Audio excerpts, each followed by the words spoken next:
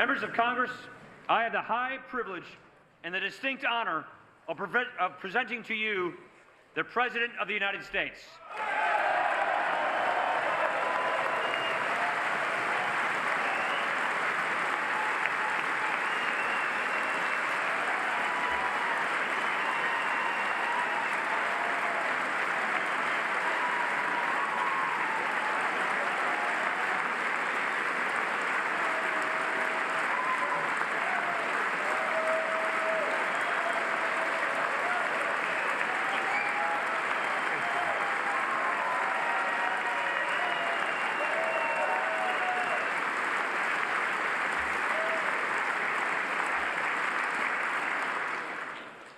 Mr. Speaker, Mr. Vice President, members of Congress, the First Lady of the United States, and my fellow Americans.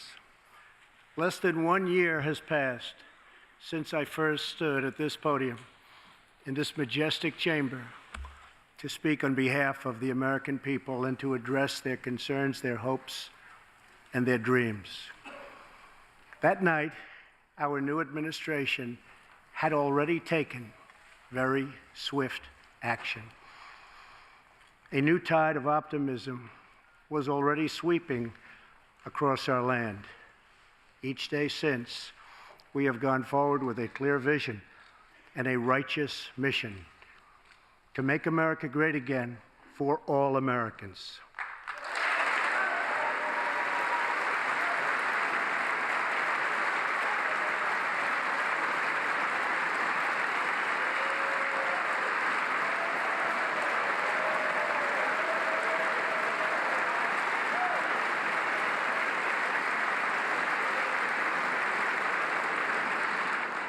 Over the last year, we have made incredible progress and achieved extraordinary success. We have faced challenges we expected and others we could never have imagined. We have shared in the heights of victory and the pains of hardship. We have endured floods and fires and storms. But through it all, we have seen the beauty of America's soul and the steel in America's spine. Each test has forged new American heroes to remind us who we are and show us what we can be. We saw the volunteers of the Cajun Navy racing to the rescue with their fishing boats to save people in the aftermath of a totally devastating hurricane. We saw strangers shielding strangers from a hail of gunfire on the Las Vegas Strip. We heard tales of Americans like Coast Guard Petty Officer Ashley Leopard, who is here tonight in the gallery with Melania.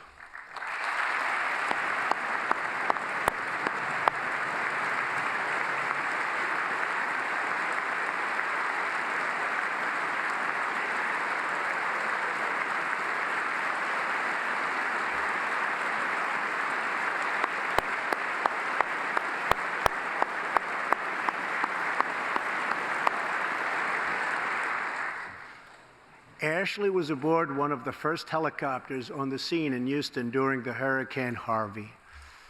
Through 18 hours of wind and rain, Ashley braved live power lines and deep water to help save more than 40 lives. Ashley, we all thank you. Thank you very much.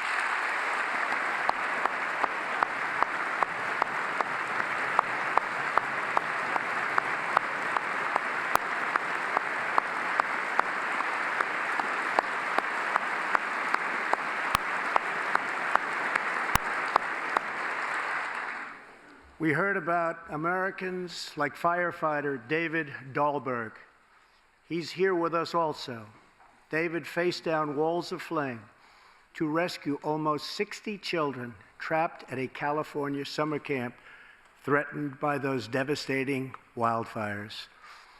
To everyone still recovering in Texas, Florida, Louisiana, Puerto Rico, and the Virgin Islands, everywhere, we are with you. We love you, and we always will pull through together, always.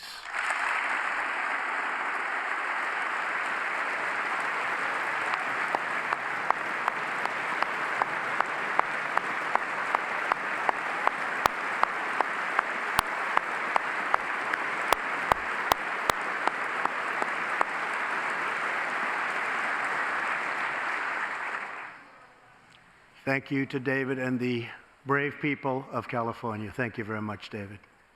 Great job. Some trials over the past year touched this chamber very personally. With us tonight is one of the toughest people ever to serve in this House, a guy who took a bullet, almost died, and was back to work 3.5 months later, the legend from Louisiana, Congressman Steve Scalise.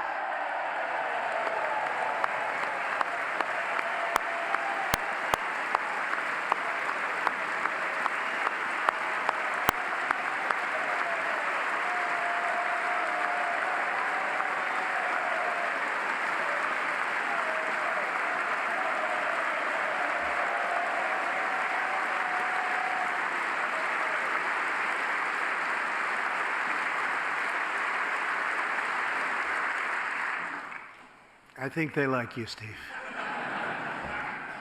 We're incredibly grateful for the heroic efforts of the Capitol Police officers, the Alexandria Police, and the doctors, nurses, and paramedics who saved his life and the lives of many others, some in this room. In the aftermath, yes.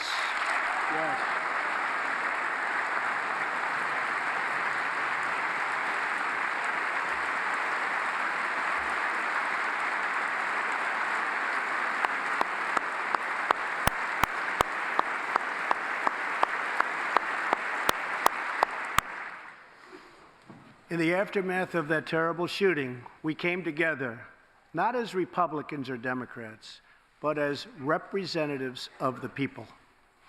But it is not enough to come together only in times of tragedy. Tonight, I call upon all of us to set aside our differences, to seek out common ground, and to summon the unity we need to deliver for the people. This is really the key. These are the people we were elected to serve.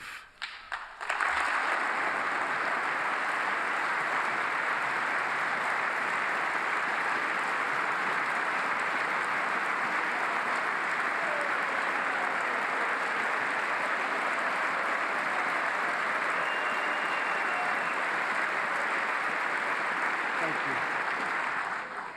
Over the last year, the world has seen what we always knew, that no people on earth are so fearless or daring or determined as Americans. If there is a mountain, we climb it. If there's a frontier, we cross it.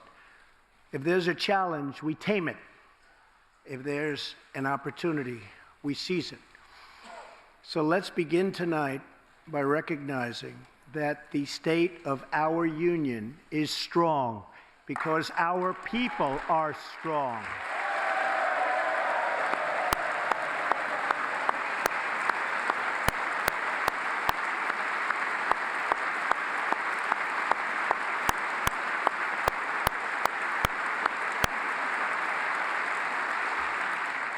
And together we are building a safe, strong, and proud America.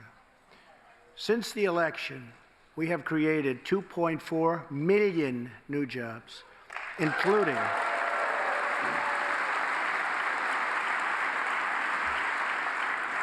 including 200,000 new jobs in manufacturing alone. Tremendous numbers.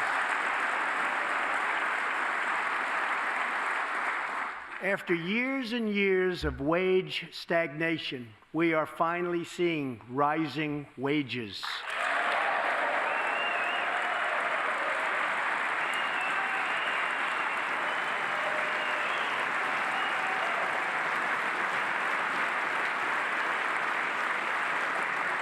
Unemployment claims have hit a 45-year low.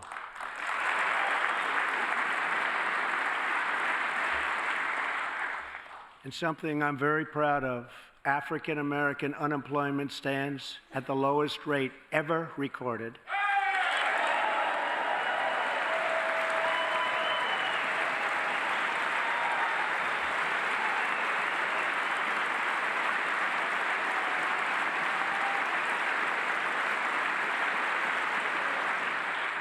And Hispanic American unemployment has also reached the lowest levels in history.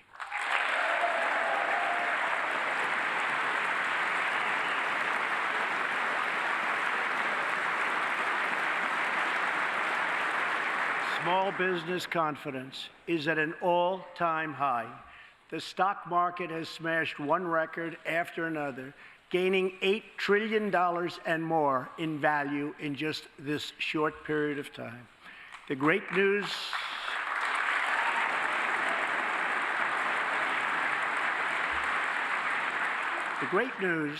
for Americans, 401k, retirement pension, and college savings accounts have gone through the roof. And just as I promised the American people from this podium 11 months ago, we enacted the biggest tax cuts and reforms in American history.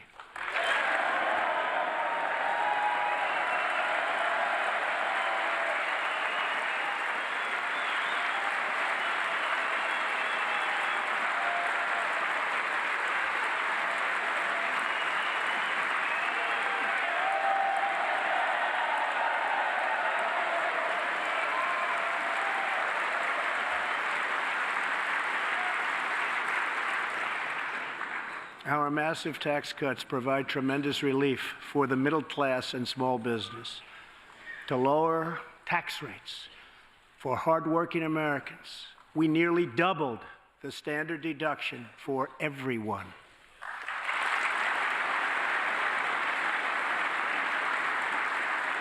Now, the first $24,000 earned by a married couple is completely tax-free.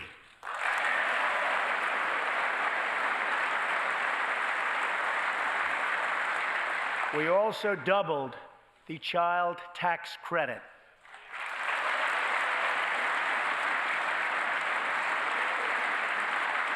A typical family of four making $75,000 will see their tax bill reduced by $2,000, slashing their tax bill in half.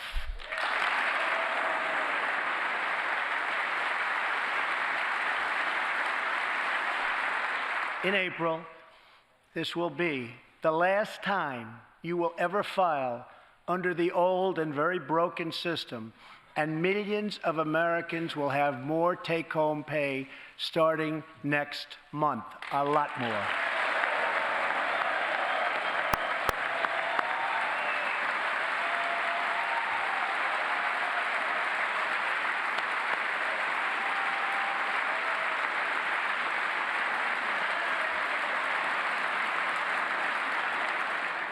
We eliminated an especially cruel tax that fell mostly on Americans making less than $50,000 a year, forcing them to pay tremendous penalties simply because they couldn't afford government-ordered health plans. We repealed the core of the disastrous Obamacare. The individual mandate is now gone. Thank heaven.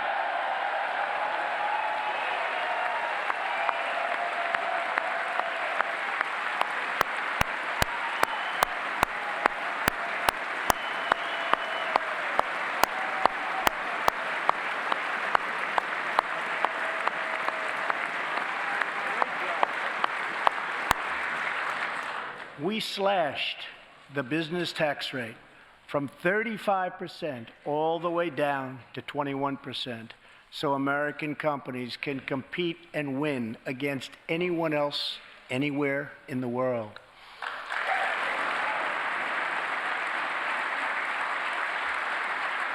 These changes alone are estimated to increase average family income by more than $4,000. A lot of money.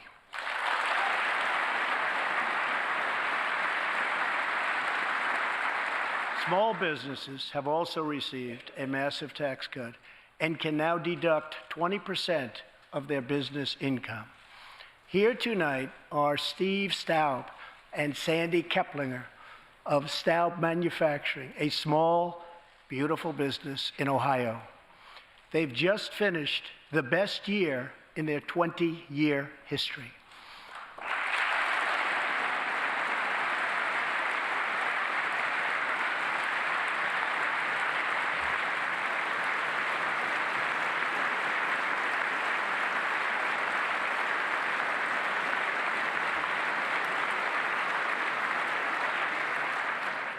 Because of tax reform, they are handing out raises, hiring an additional 14 people, and expanding into the building next door. Good feeling.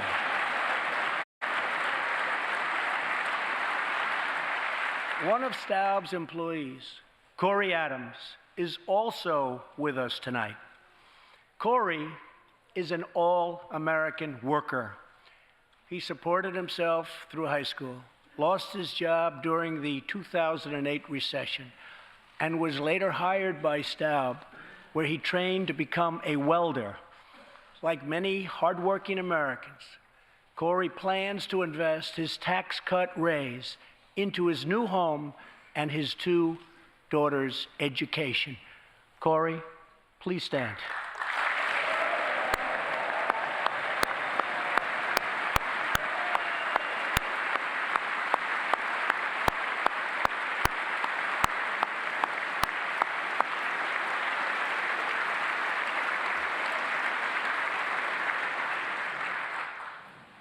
And he's a great welder. I was told that by the man that owns that company that's doing so well. So congratulations, Corey. Since we passed tax cuts, roughly 3 million workers have already gotten tax cut bonuses, many of them thousands and thousands of dollars per worker, and it's getting more every month, every week. Apple has just announced it plans to invest a total of $350 billion in America and hire another 20,000 workers.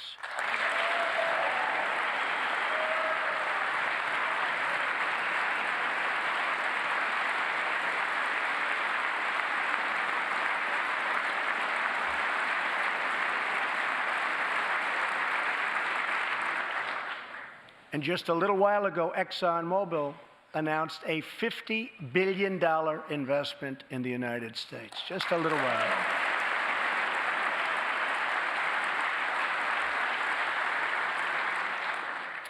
This, in fact, is our new American moment. There has never been a better time to start living the American dream. So to every citizen watching at home tonight, no matter where you've been or where you've come from, this is your time. If you work hard, if you believe in yourself, if you believe in America, then you can dream anything. You can be anything. And together, we can achieve absolutely anything.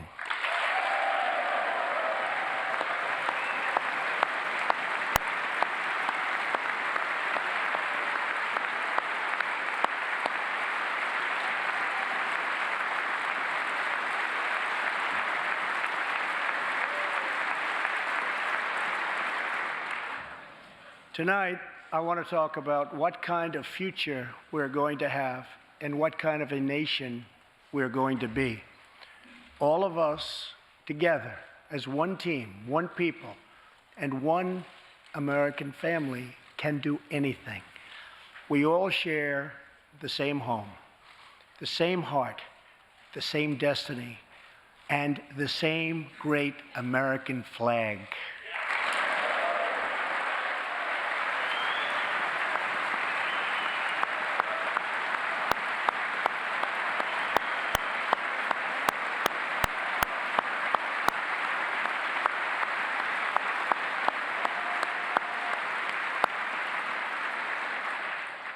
Together, we are rediscovering the American way.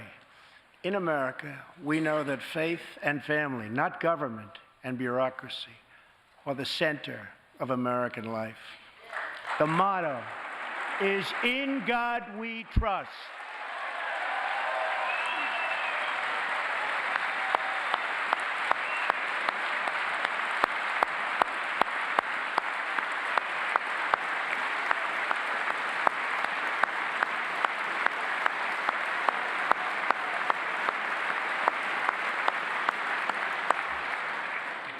And we celebrate our police, our military, and our amazing veterans as heroes who deserve our total and unwavering support.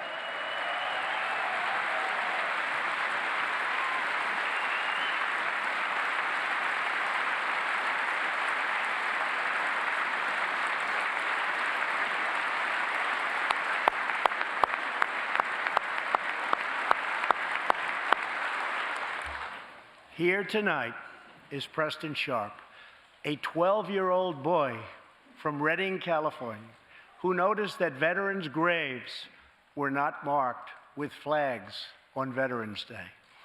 He decided all by himself to change that and started a movement that has now placed 40,000 flags at the graves of our great heroes. Preston, a job well done.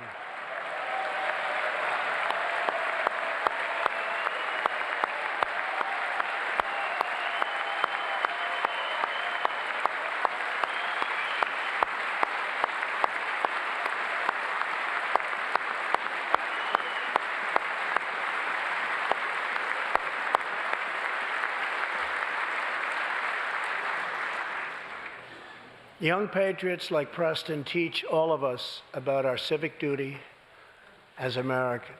And I met Preston a little while ago, and he is something very special that I can tell you. Great future. Thank you very much for all you've done, Preston. Thank you very much.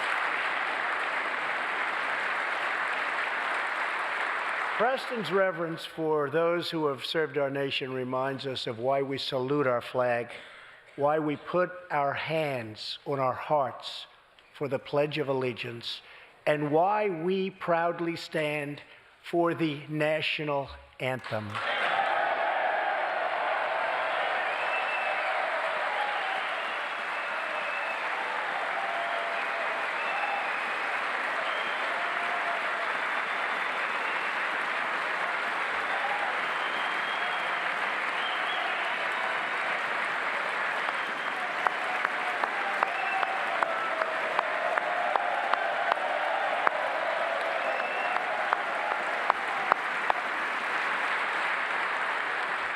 Americans love their country, and they deserve a government that shows them the same love and loyalty in return. For the last year, we have sought to restore the bonds of trust between our citizens and their government.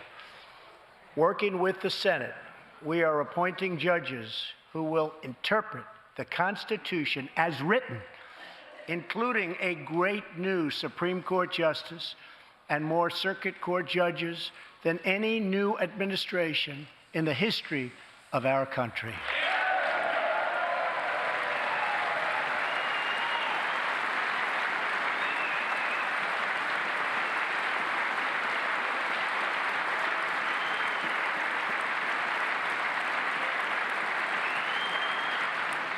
We are totally defending our Second Amendment and have taken historic actions to protect religious liberty.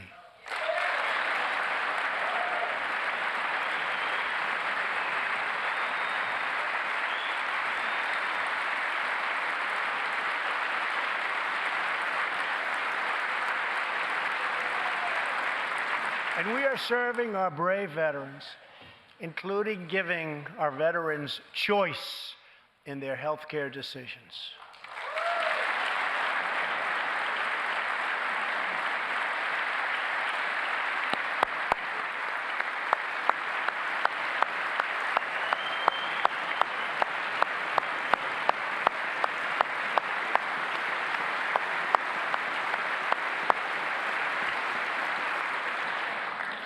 Last year, Congress also passed, and I signed, the landmark VA Accountability Act.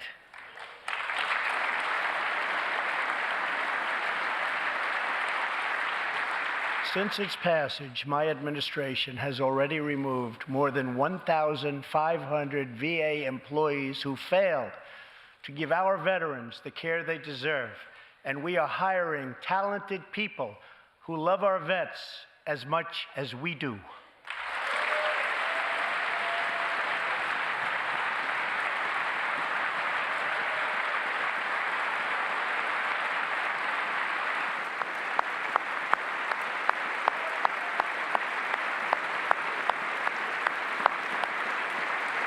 And I will not stop until our veterans are properly taken care of, which has been my promise to them from the very beginning of this great journey.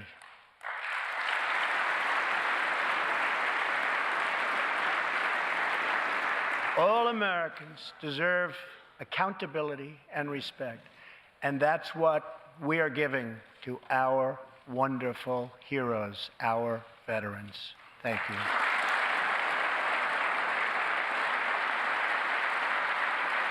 So tonight I call on Congress to empower every cabinet secretary with the authority to reward good workers and to remove federal employees who undermine the public trust or fail the American people.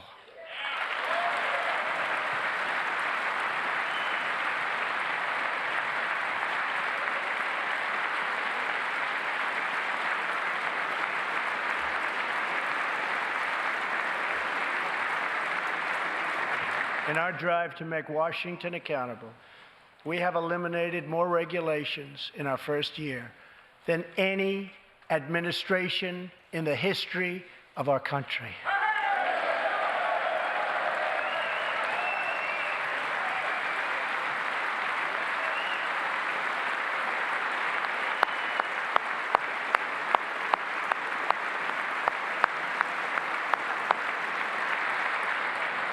We have ended the war on American energy, and we have ended the war on beautiful, clean coal.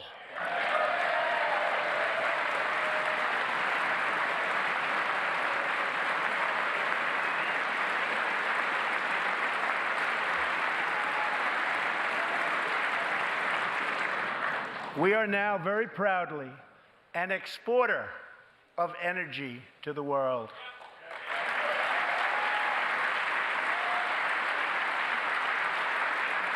In Detroit, I halted government mandates that crippled America's great, beautiful auto workers so that we can get Motor City revving its engines again, and that's what's happening.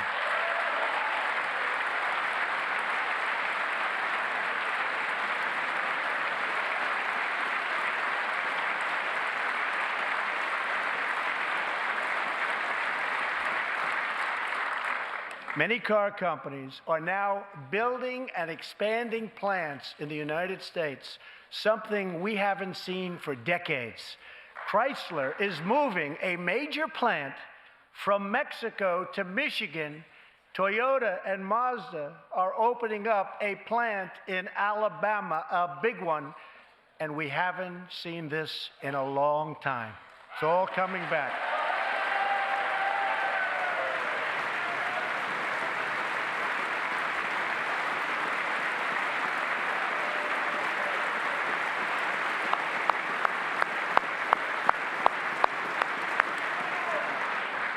Very soon, auto plants and other plants will be opening up all over our country. This is all news Americans are totally unaccustomed to hearing. For many years, companies and jobs were only leaving us. But now, they are roaring back, they're coming back. They want to be where the action is. They want to be in the United States of America. That's where they want to be.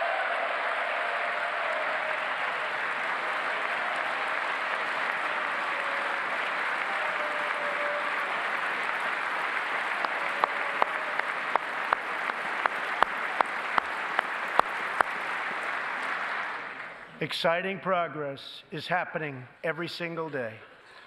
To speed access to breakthrough cures and affordable generic drugs, last year, the FDA approved more new and generic drugs and medical devices than ever before in our country's history.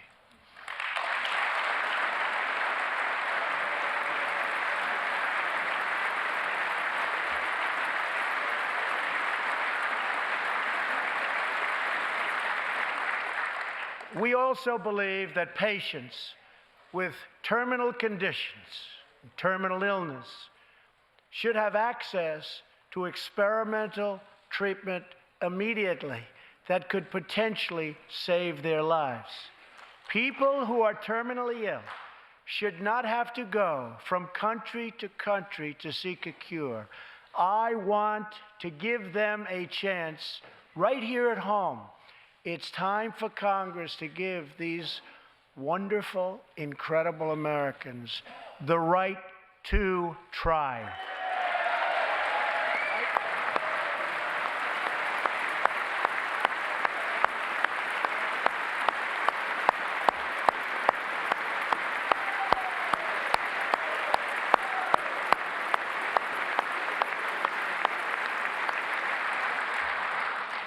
One of my greatest priorities is to reduce the price of prescription drugs.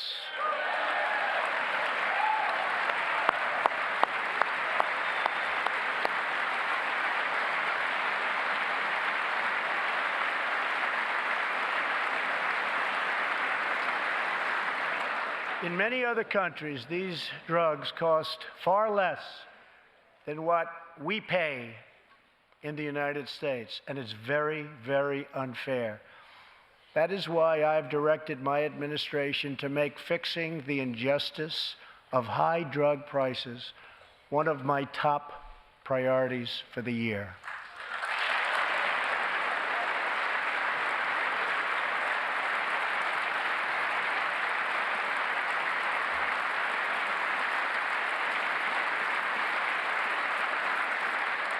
And prices will come down substantially. Watch. America has also finally turned the page on decades of unfair trade deals that sacrificed our prosperity and shipped away our companies, our jobs, and our wealth. Our nation has lost its wealth, but we're getting it back so fast. The era of economic surrender is totally over. From now on, we expect trading relationships to be fair and, very importantly, reciprocal.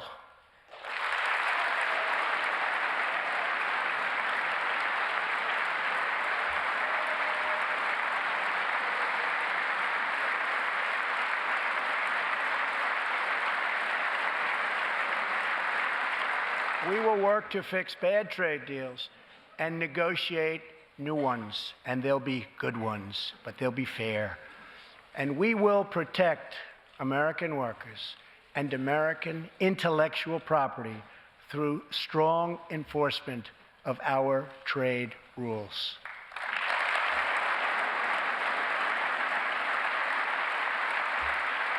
As we rebuild our industries, it is also time to rebuild our crumbling infrastructure.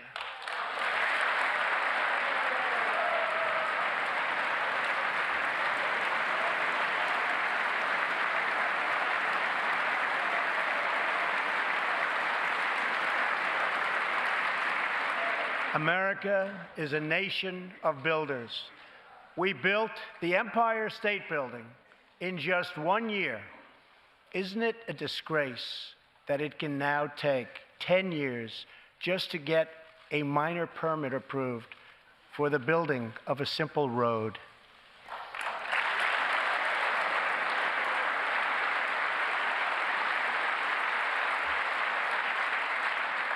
I am asking both parties to come together to give us safe, fast, reliable, and modern infrastructure that our economy needs and our people deserve.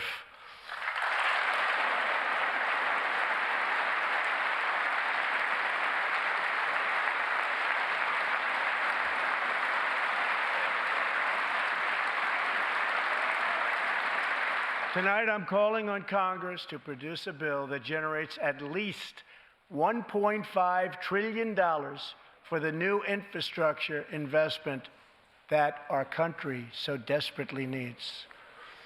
Every federal dollar should be leveraged by partnering with state and local governments and, where appropriate, tapping into private sector investment to permanently fix the infrastructure deficit, and we can do it.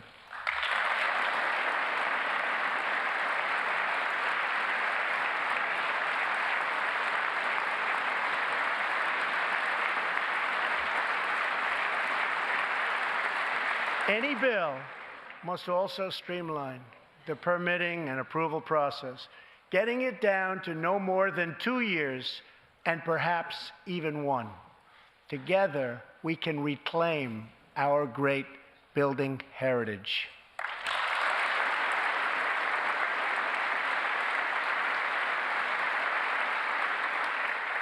We will build gleaming new roads, bridges, highways, railways, and waterways all across our land.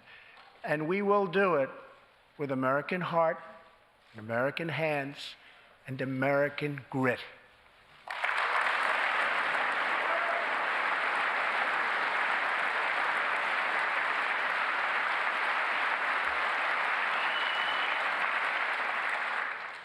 We want every American to know the dignity of a hard day's work. We want every child to be safe in their home at night. And we want every citizen to be proud of this land that we all love so much. We can lift our citizens from welfare to work, from dependence to independence, and from poverty to prosperity. As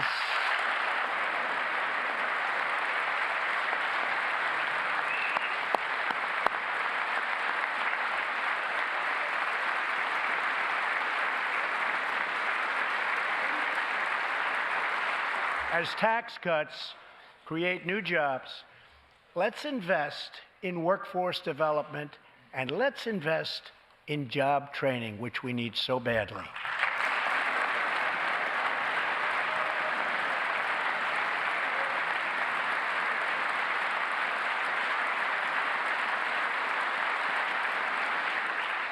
Let's open great vocational schools so our future workers can learn a craft and realize their full potential.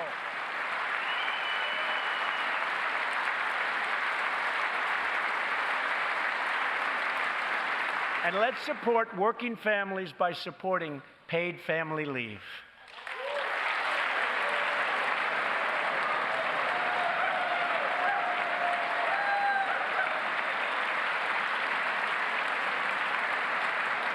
As America regains its strength, opportunity must be extended to all citizens.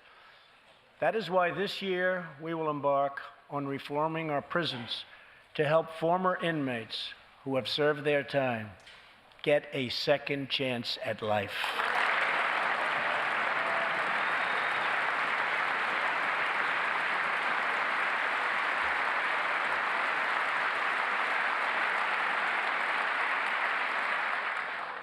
Struggling communities, especially immigrant communities, will also be helped by immigration policies that focus on the best interests of American workers and American families.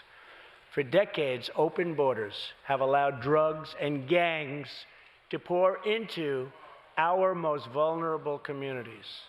They've allowed millions of low-wage workers to compete for jobs and wages against the poorest Americans.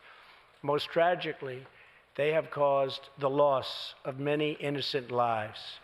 Here tonight are two fathers and two mothers, Evelyn Rodriguez, Freddie Cuevas, Elizabeth Alvarado, and Robert Mickens.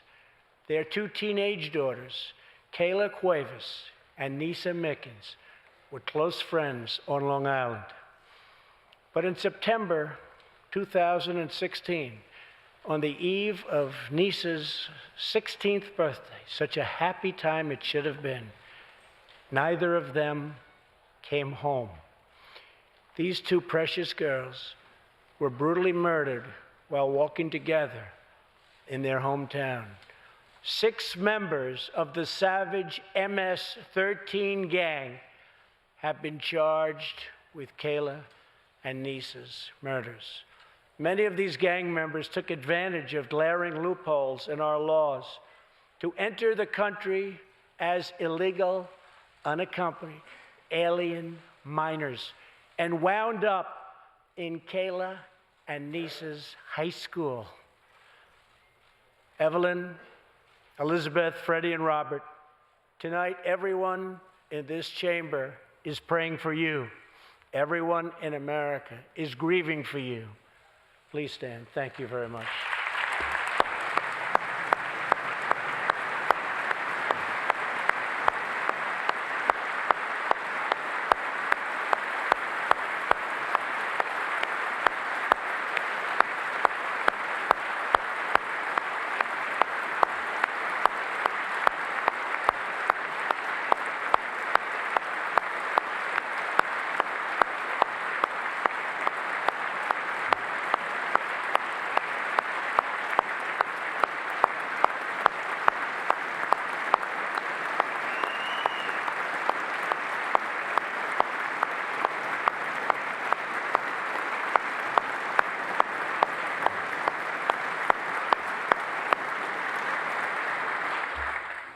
I want you to know that 320 million hearts are right now breaking for you. We love you. Thank you.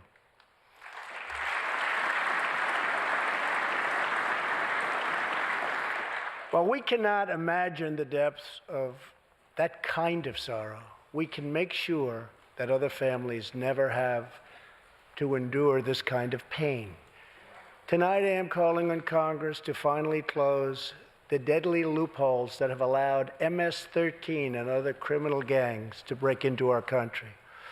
We have proposed new legislation that will fix our immigration laws and support our ICE and Border Patrol agents. These are great people. These are great, great people that work so hard in the midst of such danger so that this can never happen again.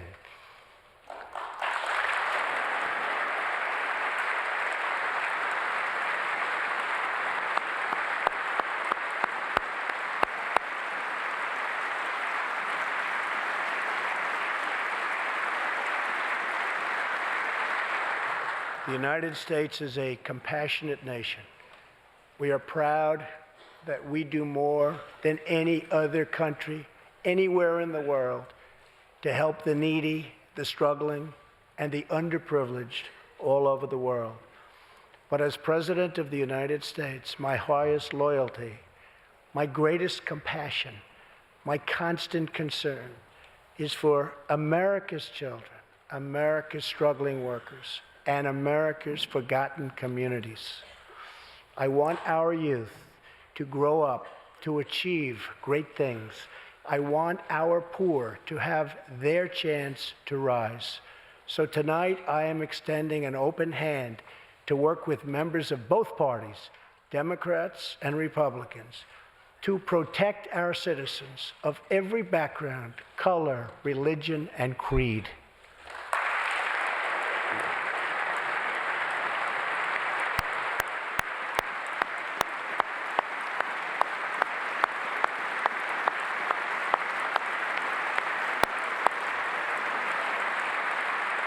My duty, and the sacred duty of every elected official in this chamber, is to defend Americans, to protect their safety, their families, their communities, and their right to the American dream. Because Americans are dreamers too.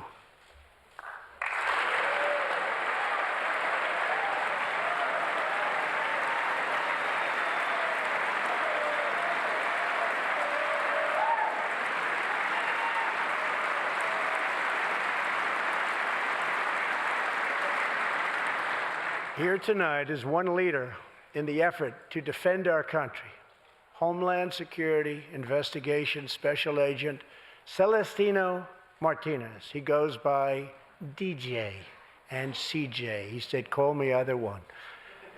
So we'll call you CJ. Served 15 years in the Air Force before becoming an ICE agent and spending the last 15 years fighting gang violence and getting dangerous criminals off of our streets. Tough job. At one point, MS-13 leaders ordered CJ's murder, and they wanted it to happen quickly. But he did not cave to threats or to fear. Last May, he commanded an operation to track down gang members on Long Island. His team has arrested nearly 400, including more than 220 MS-13 gang members. And I have to tell you, what the Border Patrol and ICE have done, we have sent thousands and thousands and thousands of MS-13 horrible people out of this country or into our prisons. So I just want to congratulate you, CJ. You're a brave guy. Thank you very much.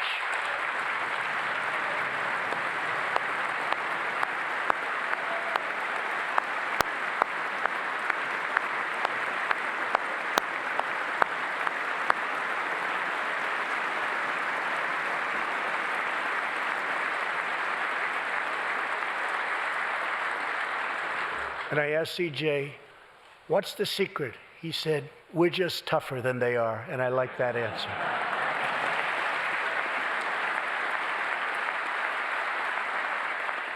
Now let's get Congress to send you, and all of the people in this great chamber have to do it. We have no choice. CJ, we're going to send you reinforcements, and we're going to send them to you quickly. It's what you need.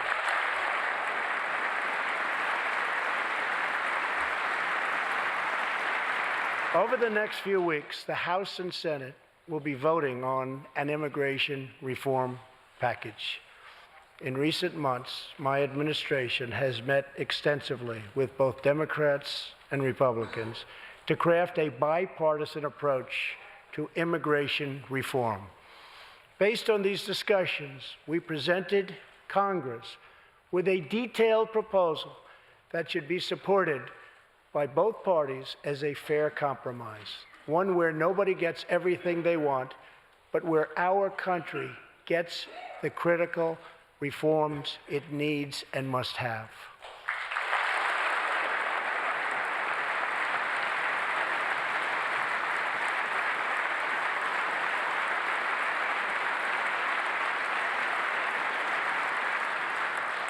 Here are the 4 pillars of our plan. The first pillar of our framework generously offers a path to citizenship for 1.8 million illegal immigrants who were brought here by their parents at a young age. That covers almost 3 times more people than the previous administration covered.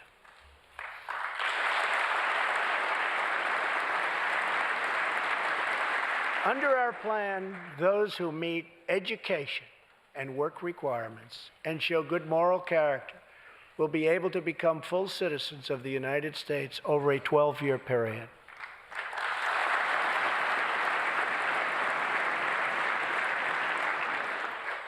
The second pillar fully secures the border.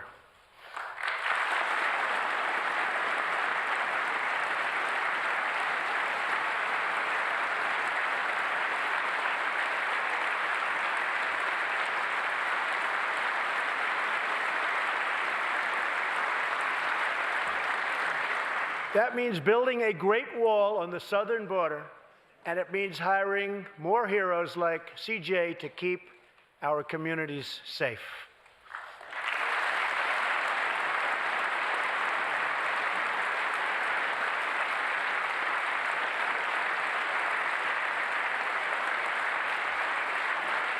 Crucially, our plan closes the terrible loopholes exploited by criminals and terrorists to enter our country, and it finally ends the horrible and dangerous practice of catch and release.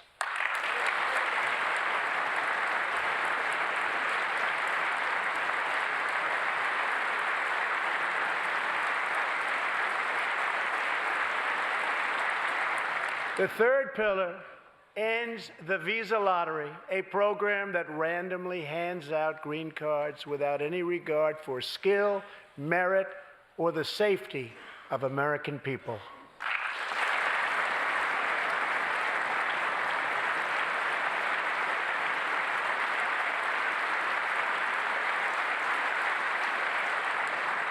It's time to begin moving toward a merit-based immigration system, one that admits people who are skilled, who want to work, who will contribute to our society, and who will love and respect our country.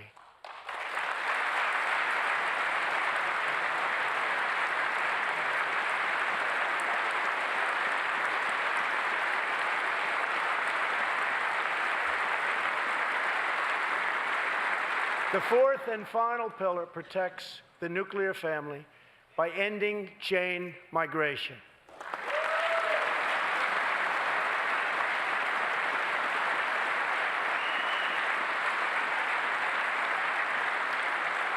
Under the current broken system, a single immigrant can bring in virtually unlimited numbers of distant relatives. Under our plan, we focus on the immediate family by limiting sponsorships to spouses and minor children.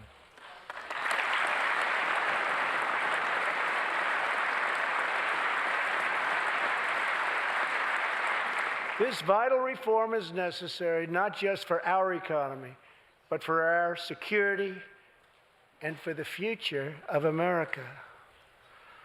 In recent weeks, 2 terrorist attacks in New York were made possible by the visa lottery and chain migration. In the age of terrorism, these programs present risks we can just no longer afford. It's time to reform.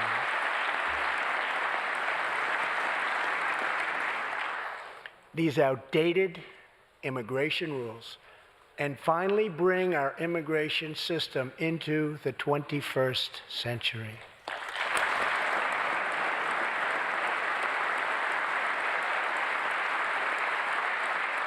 These 4 pillars represent a down-the-middle compromise and one that will create a safe, modern, and lawful immigration system. For over 30 years, Washington has tried and failed to solve this problem. This Congress can be the one that finally makes it happen. Most importantly, these 4 pillars will produce legislation that fulfills my ironclad pledge to sign a bill that puts America first.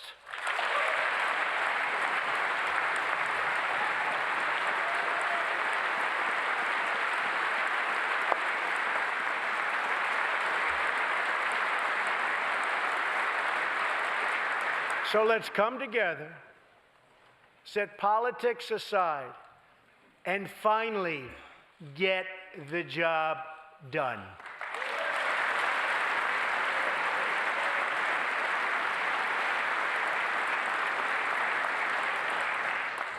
These reforms will also support our response to the terrible crisis of opioid and drug addiction. Never before has it been like it is now. It is terrible. We have to do something about it. In 2016, we lost 64,000 Americans to drug overdoses, 174 deaths per day, 7 per hour. We must get much tougher on drug dealers and pushers if we are going to succeed in stopping this scourge.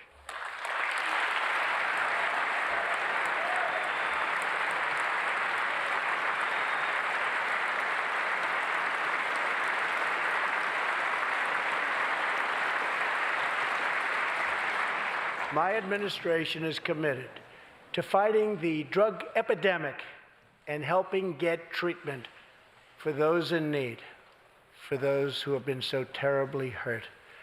The struggle will be long and it will be difficult, but as Americans always do, in the end, we will succeed, we will prevail.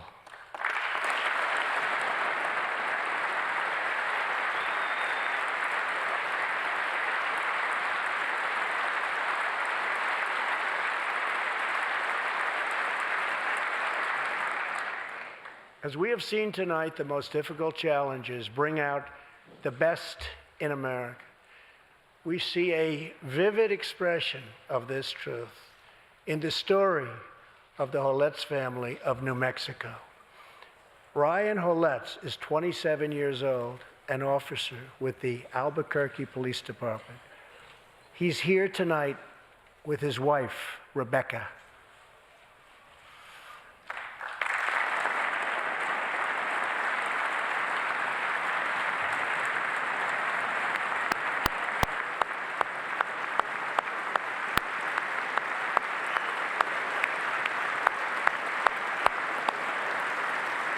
Thank you, Ryan. Last year, Ryan was on duty when he saw a pregnant, homeless woman preparing to inject heroin. When Ryan told her she was going to harm her unborn child, she began to weep. She told him she didn't know where to turn, but badly wanted a safe home for her baby. In that moment, Ryan said he felt God speak to him. You will do it because you can. He heard those words.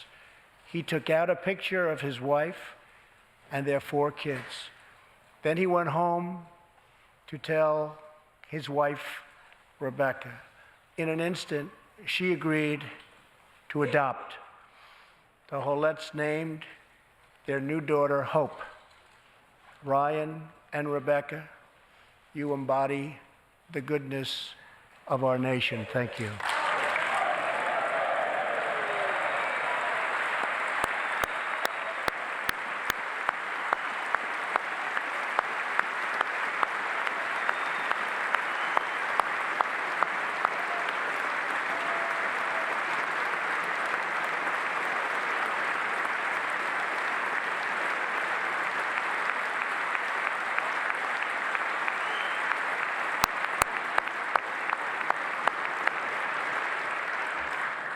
Thank you, Ryan and Rebecca.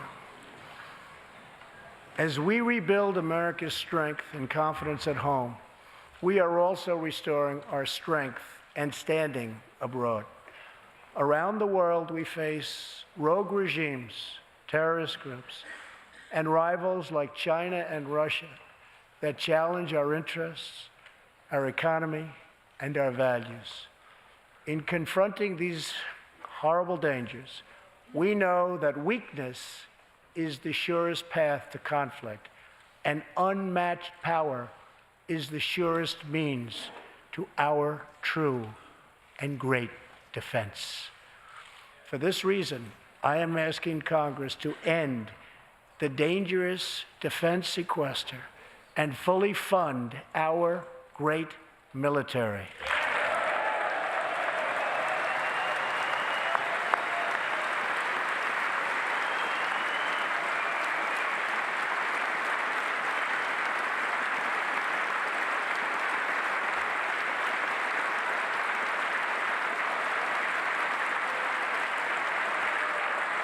As part of our defense, we must modernize and rebuild our nuclear arsenal, hopefully never having to use it, but making it so strong and so powerful that it will deter any acts of aggression by any other nation or anyone else.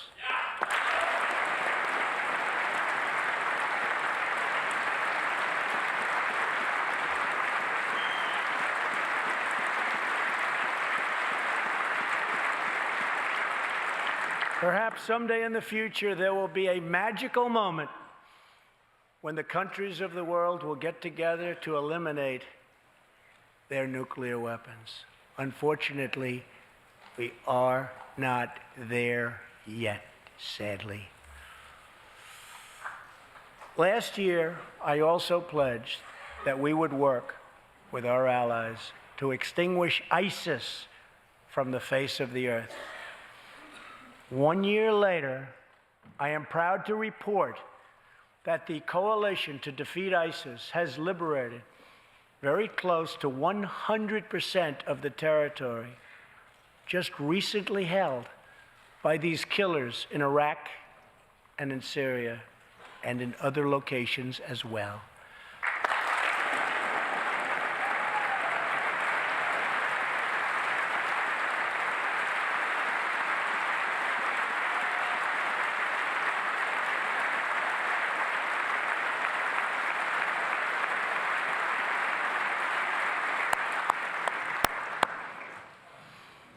But there is much more work to be done. We will continue our fight until ISIS is defeated. Army Staff Sergeant Justin Peck is here tonight.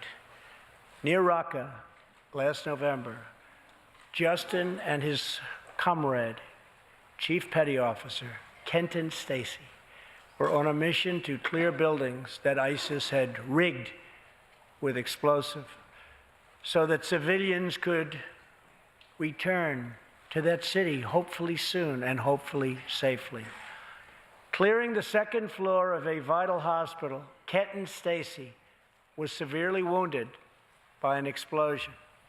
Immediately, Justin bounded into the booby-trapped and unbelievably dangerous and unsafe building and found Kenton, but in very, very bad shape.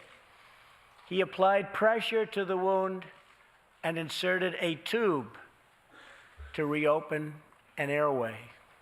He then performed CPR for 20 straight minutes during the ground transport and maintained artificial respiration through 2.5 hours and through emergency surgery. Kenton Stacy would have died if it were not for Justin's selfless love for his fellow warrior. Tonight, Kenton is recovering in Texas. Raqqa is liberated, and Justin is wearing his new Bronze Star with a V for valor.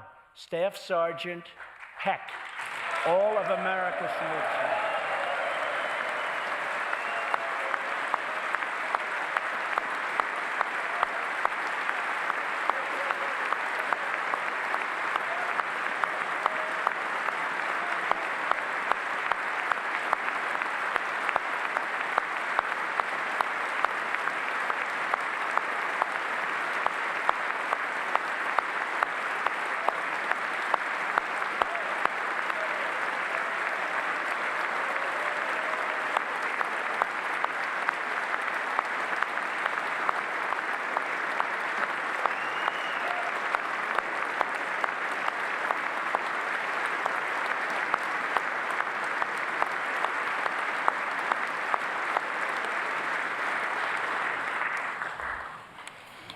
Terrorists who do things like place bombs in civilian hospitals are evil. When possible, we have no choice but to annihilate them. When necessary, we must be able to detain and question them. But we must be clear, terrorists are not merely criminals. They are unlawful enemy combatants.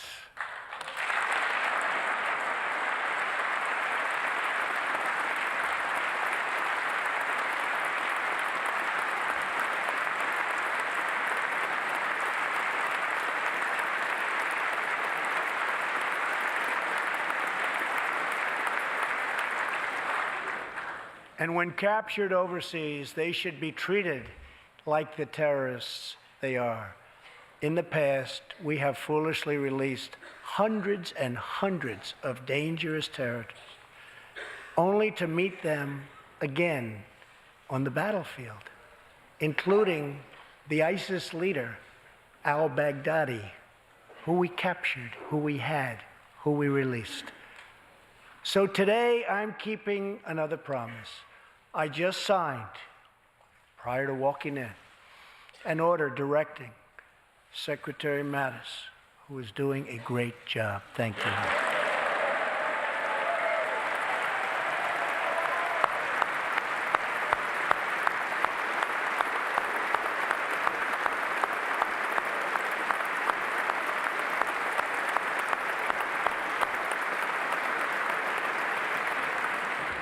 To re-examine our military detention policy and to keep open the detention facilities in Guantanamo Bay.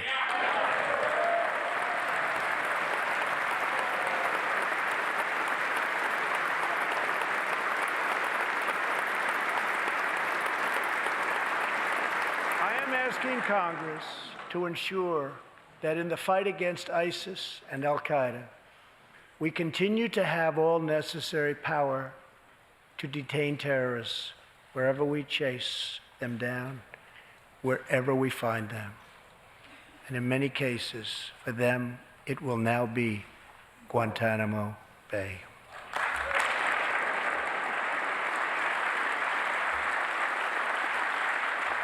At the same time, as of a few months ago, our warriors in Afghanistan have new rules of engagement.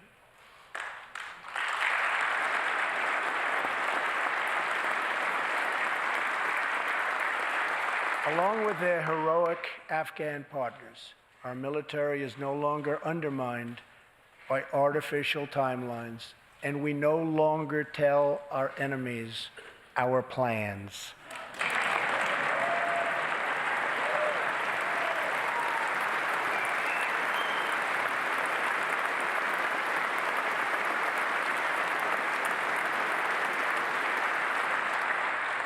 Last month, I also took an action endorsed unanimously by the U.S. Senate just months before.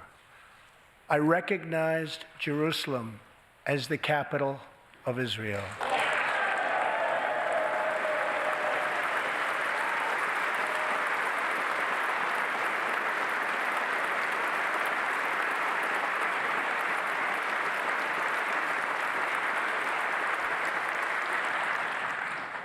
Shortly afterwards, dozens of countries voted in the United Nations General Assembly against America's sovereign right to make this decision. In 2016, American taxpayers generously sent those same countries more than $20 billion in aid. That is why tonight I am asking Congress to pass legislation to help ensure American foreign assistance dollars always serve American interests and only go to friends of America, not enemies of America.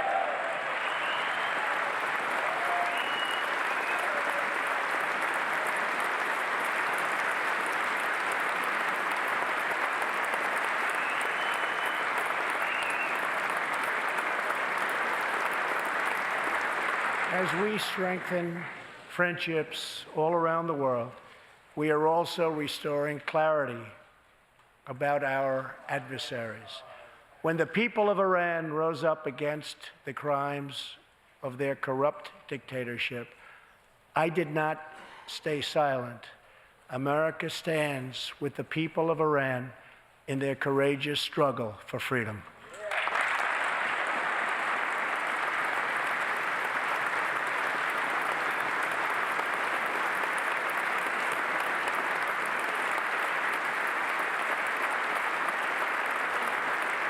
I am asking Congress to address the fundamental flaws in the terrible Iran nuclear deal. My administration has also imposed tough sanctions on the communist and socialist dictatorships in Cuba and Venezuela.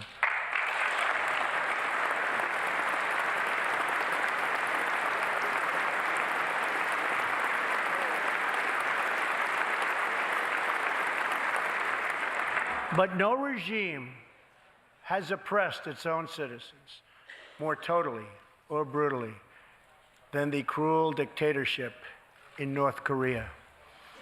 North Korea's reckless pursuit of nuclear missiles could very soon threaten our homeland. We are waging a campaign of maximum pressure to prevent that from ever happening. Past experience has taught us that complacency and concessions only invite aggression and provocation. I will not repeat the mistakes of past administrations that got us into this very dangerous position.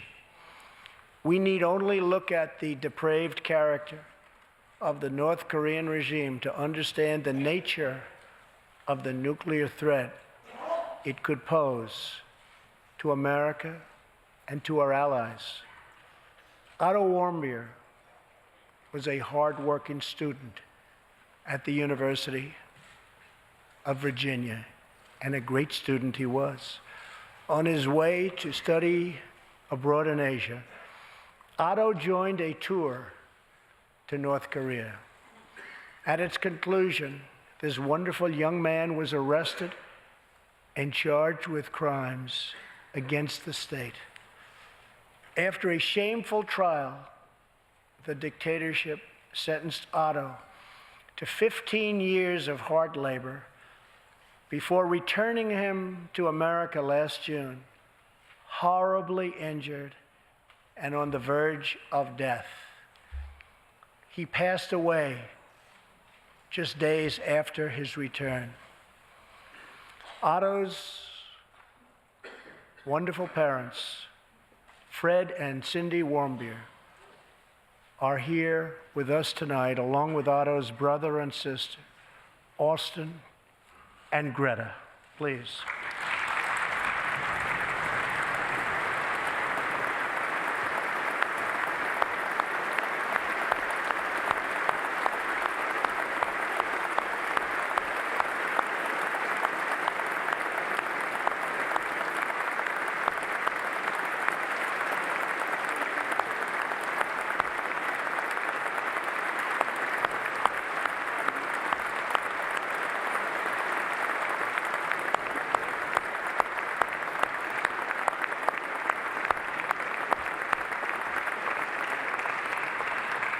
Incredible people. You are powerful witnesses to a menace that threatens our world, and your strength truly inspires us all. Thank you very much. Thank you.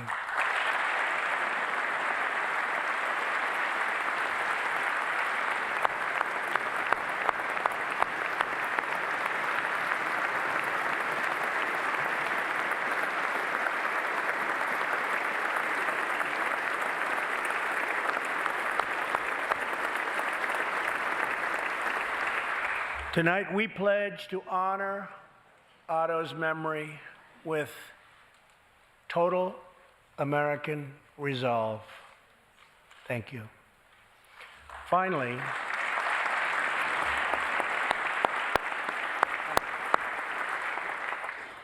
we are joined by one more witness to the ominous nature of this regime. His name is Mr. Ji Sung-ho. In 1996, Sung-ho was a starving boy in North Korea. One day he tried to steal coal from a railroad car to barter for a few scraps of food, which were very hard to get. In the process, he passed out on the train tracks, exhausted from hunger. He woke up as a train ran over his limbs. He then endured multiple amputations without anything to dull the pain or the hurt. His brother and sister gave what little food they had to help him recover and ate dirt themselves, permanently stunting their own growth.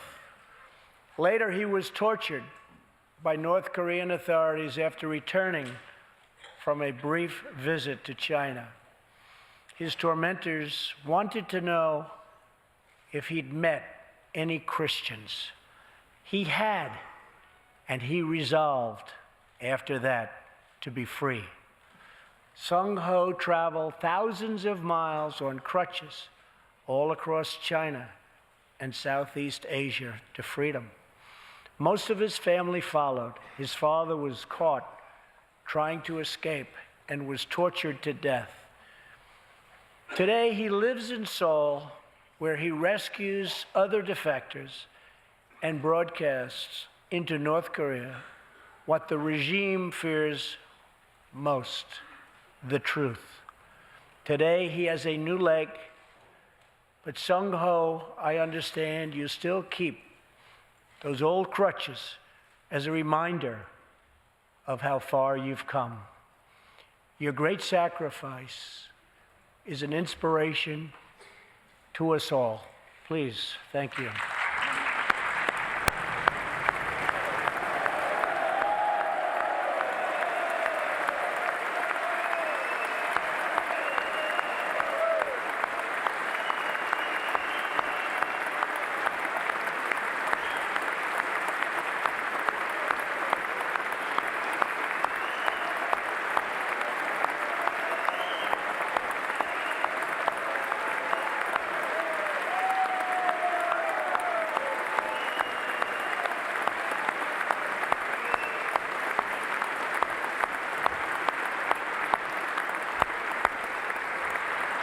Sung-ho's story is a testament to the yearning of every human soul to live in freedom.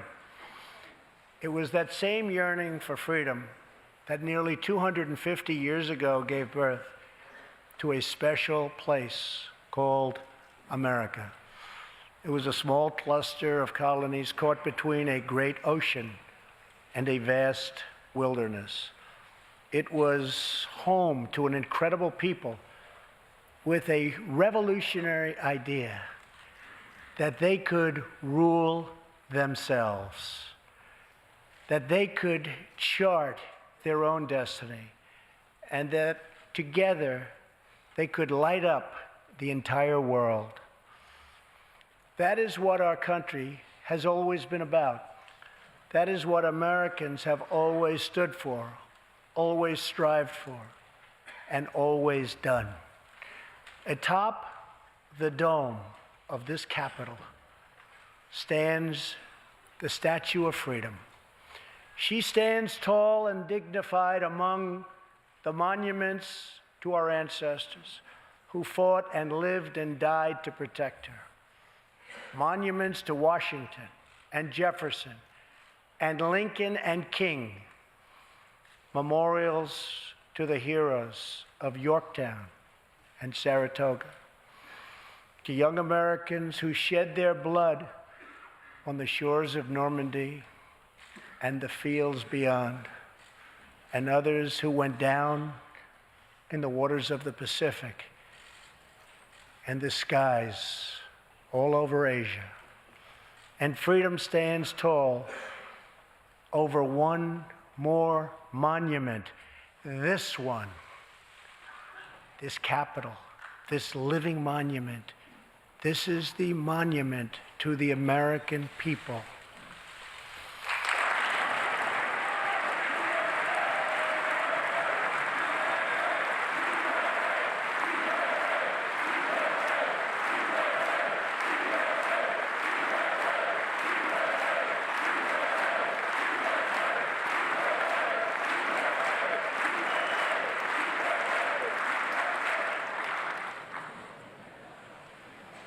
We're a people whose heroes live not only in the past, but all around us, defending hope, pride, and defending the American way. They work in every trade. They sacrifice to raise a family. They care for our children at home. They defend our flag abroad. And they are strong moms and brave kids. They are firefighters and police officers and border agents, medics and Marines. But above all else, they are Americans.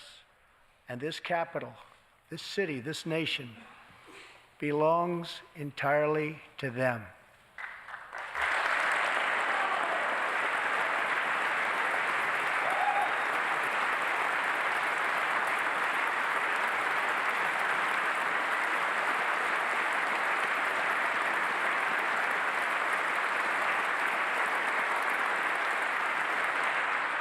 Our task is to respect them, to listen to them, to serve them, to protect them, and to always be worthy of them. Americans fill the world with art and music. They push the bounds of science and discovery, and they forever remind us of what we should never, ever forget. The people dreamed this country. The people built this country. And it's the people who are making America great again.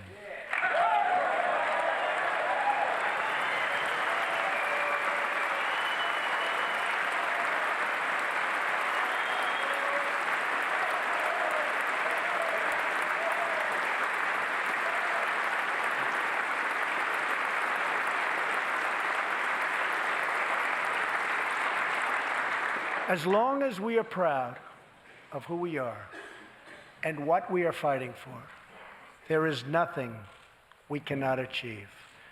As long as we have confidence in our values, faith in our citizens, and trust in our God, we will never fail. Our families will thrive. Our people will prosper. And our nation will forever be safe and strong and proud and mighty and free. Thank you, and God bless America. Good night.